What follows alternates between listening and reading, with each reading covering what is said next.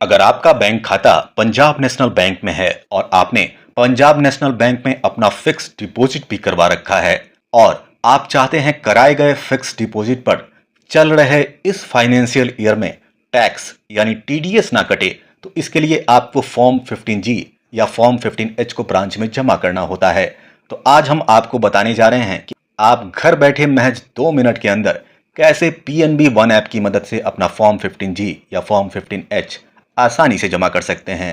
तो इसके लिए सबसे पहले आपको अपने मोबाइल में PNB वन ऐप को ओपन करना है।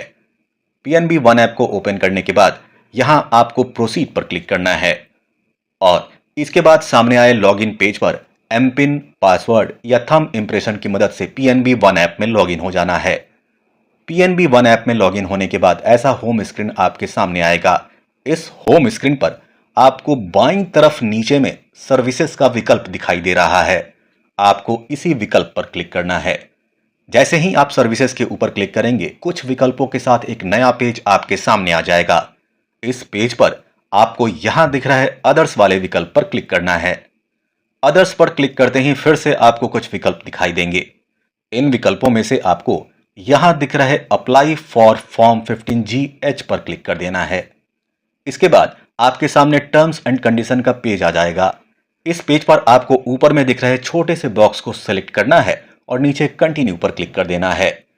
कंटिन्यू पर क्लिक करते ही आपके सामने फॉर्म 15GH का फॉर्म ओपन हो जाएगा।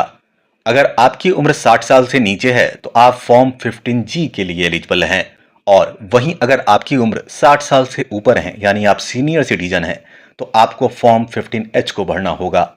सामने आए फॉर्म पर यहां आपका नाम, PAN card, date of birth, mobile number, email ID और आपके घर का पता ऑटोमेटिक दिखने लगेगा।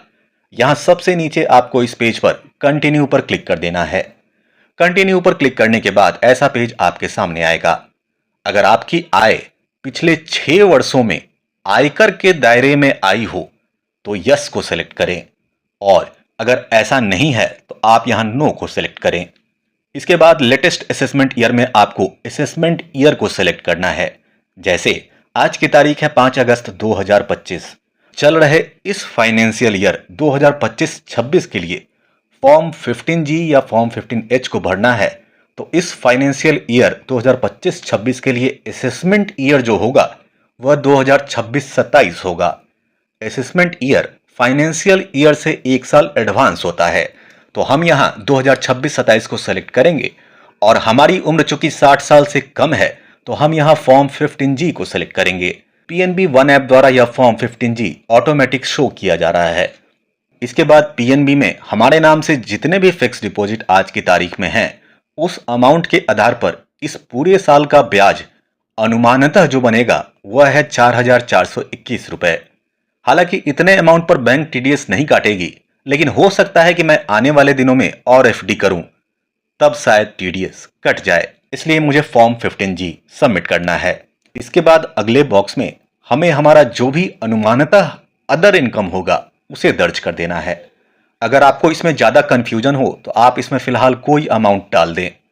हम यहां 0 दर्ज कर रहे हैं क्योंकि अगर हमारा इनकम टैक्सेबल होगा तो हम जब इनकम टैक्स फाइल करेंगे तो उस वक्त हम अपना पूरा डिटेल देंगे ही।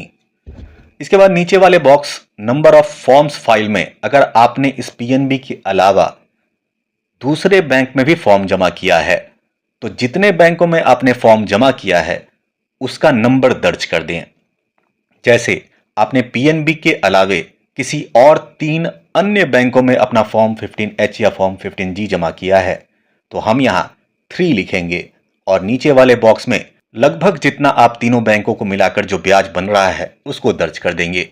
हालांकि यह जरूरी नहीं है, आप चाहें तो इन दोनों बॉक्सों को छोड़ भी सकते हैं। इतना भरने के बाद हम नीचे सबमिट बटन दबा देंगे। जैसे ही सबमिट बटन दबाएंगे हमसे यहां 4 अंकों का ट्रांजैक्शन पिन दर्ज करने के लिए बोला जाएगा।